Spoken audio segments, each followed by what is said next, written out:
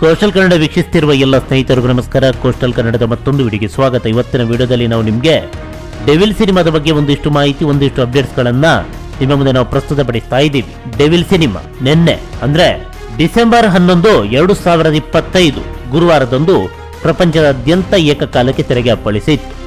ಹೀಗಿರಬೇಕಾದ್ರೆ ತಮಿಳುನಾಡಿನ ಹೊಸೂರಿನಲ್ಲಿ ಈ ಸಿನಿಮಾ 3 ಚಿತ್ರಮಂದಿರಗಳಲ್ಲಿ ಭರ್ಜರಿಯಾಗಿ ರಿಲೀಸ್ ಆಗಿದೆ.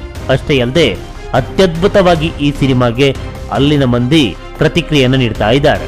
ಯಾವ ಮಟ್ಟಕ್ಕೆ ಅಂತ ಕೇಳಿದ್ರೆ, ಕಳೆದ ಎಪಿಸೋಡ್ನಲ್ಲೇ ಹೇಳಿದ್ವಿ, ಮೊದಲ ದಿನ ಈ ಸಿನಿಮಾ ಒಟ್ಟು 3 ಚಿತ್ರಮಂದಿರಗಳಲ್ಲಿ 6 ಫ್ಯಾನ್ ಶೋ, ಹಾಗೆ ಒಟ್ಟು 25 ಪ್ರದರ್ಶನವನ್ನ ಈ ಸಿನಿಮಾ ಕಾಣಲಿದೆ ಅಂತ. ಅದೇ ರೀತಿ ನೆನೆ ಅತ್ಯದ್ಭುತವಾಗಿ ಈ ಸಿನಿಮಾ ಹೌಸ್ಫುಲ್ ಆಗಿಯೇ ಪ್ರದರ್ಶನವನ್ನ ಕಂಡಿತ್ತು. ಇವತ್ತು ಯಾವ ರೀತಿ ಈ ಸಿನಿಮಾ ಪ್ರದರ್ಶನ ಕಾಣ್ತಾ ಇದೆ ಅಂತ ನೀವು ಕೇಳಿದ್ರೆ, ಗ್ರ್ಯಾಂಡ್ ಸಿನಿಮಾಸ್ ಹೊಸೂರು ಈಗಾಗಲೇ ಬೆಳಗಿನ ಆಟ ಮುಗ್ದಾಗಿದೆ. ಬೆಳಗ್ಗೆ 9 ಗಂಟೆಯ ಪ್ರದರ್ಶನ ಇತ್ತು. ಯಾವ ರೀತಿಯ ಪ್ರತಿಕ್ರಿಯೆ ಇತ್ತು, ಎಷ್ಟು ಮಂದಿ ಇದ್ರು ಅಂತ ಕೇಳಿದ್ರೆ ನಂಗೆ ಗೊತ್ತಿಲ್ಲ, ಹಾಗಾಗಿ ಹೇಳೋದಕ್ಕೆ ಸಾಧ್ಯ ಇಲ್ಲ. ಸುಮ್ಮನೆ ಬಾಯಿಗೆ ಬಂದಂತ ಹೇಳೋದಕ್ಕೂ ಆಗಲ್ಲ. ಈಗ 12 ಗಂಟೆ 12:25 ಅಂದ್ರೆ ಇನ್ನು ಕೇವಲ 25 ನಿಮಿಷದಲ್ಲಿ ಪ್ರದರ್ಶನ ನಡೆಯುತ್ತೆ. ಇದಕ್ಕೆ ಯಾವ ಮಟ್ಟದಲ್ಲಿ ಪ್ರತಿಕ್ರಿಯೆ ಇದೆ ಅಂತ ಕೇಳಿದ್ರೆ, ಈಗಾಗಲೇ ನೋಡ್ತಾ ಇದ್ದೀರಾ, ಹಿಂಭಾಗದ ಎಲ್ಲ ಸೀಟುಗಳು ಭರ್ತಿಯಾಗಿವೆ. ಇದೇ ಹೇಳುತ್ತೆ ಈ ಸಿನಿಮಾಗೆ ಹೊಸೂರಿನಲ್ಲಿ ಯಾವ ಮಟ್ಟದಲ್ಲಿ ಪ್ರತಿಕ್ರಿಯೆ ಇದೆ ಅಂತ. ದೊಡ್ಡ ಆಡಿಟೋರಿಯಂ ಅನ್ನು ಕೊಟ್ಟಿದ್ದಾರೆ. ಸಾಮಾನ್ಯವಾಗಿ ಅಲ್ಲಿ ಕನ್ನಡ ಸಿನಿಮಾಗಳಿಗೆ ಕೊಡೋದು ಸಣ್ಣ ಆಡಿಟೋರಿಯಂ.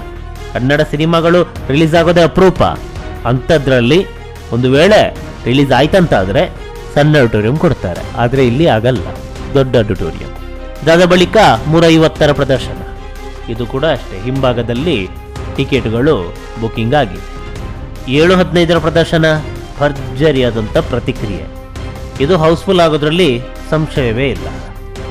10:40ರ ಪ್ರದರ್ಶನ ನೋಡಿ, ಹಿಂಭಾಗದಲ್ಲಿ ಮಧ್ಯದ ಸೀಟು ಒಂದಿಷ್ಟು ಬುಕ್ ಆಗಿವೆ, ಕಾರ್ನರ್ ಸೀಟ್ ಹಾಗೇ ಇದೆ.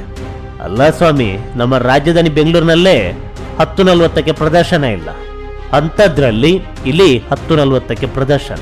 ನಮ್ಮ ಸಿನಿಮಾ ಒಂದು ತಮಿಳ್ನ ಹೊಸೂರಿನಲ್ಲಿ ರಿಲೀಸ್ ಆಗುತ್ತೆ, ಅದು 3 ಚಿತ್ರಮಂದಿರಗಳಲ್ಲಿ.